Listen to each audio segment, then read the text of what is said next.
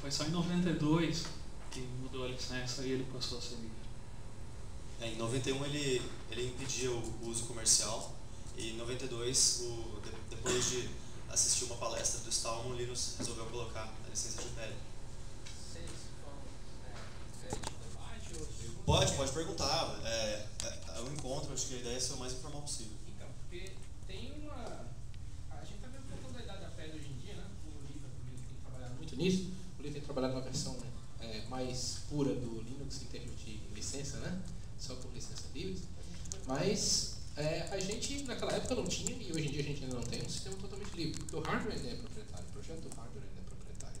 Os drivers, e hoje em dia os computadores de hoje em dia eles são vários subcomputadores, né? Por exemplo, a placa de vídeo hoje em dia é um computador separado, que roda firmware separado.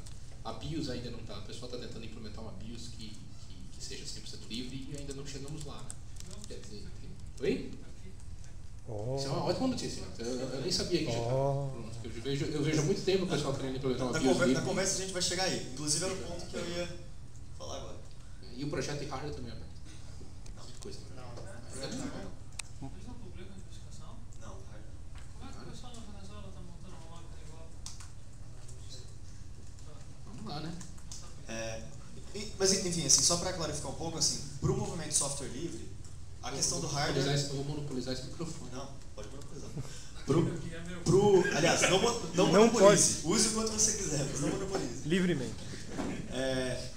Então, uma coisa importante é que para o movimento software livre, a questão do hardware é uma questão externa. Né? Na minha visão pessoal, é importante? Mas para o movimento software livre, tem uma fronteira aí que ainda é um pouco cinza entre o que é hardware e o que é software, e é justamente aí que a gente vai chegar daqui a pouco. Não, mas é que existem considerações éticas distintas quando se fala de hardware, porque são outras possibilidades de modificação e outras possibilidades que não são exatamente as mesmas, então o questionamento precisa ser feito de novo, considerando essas diferenças. Então não é simplesmente uma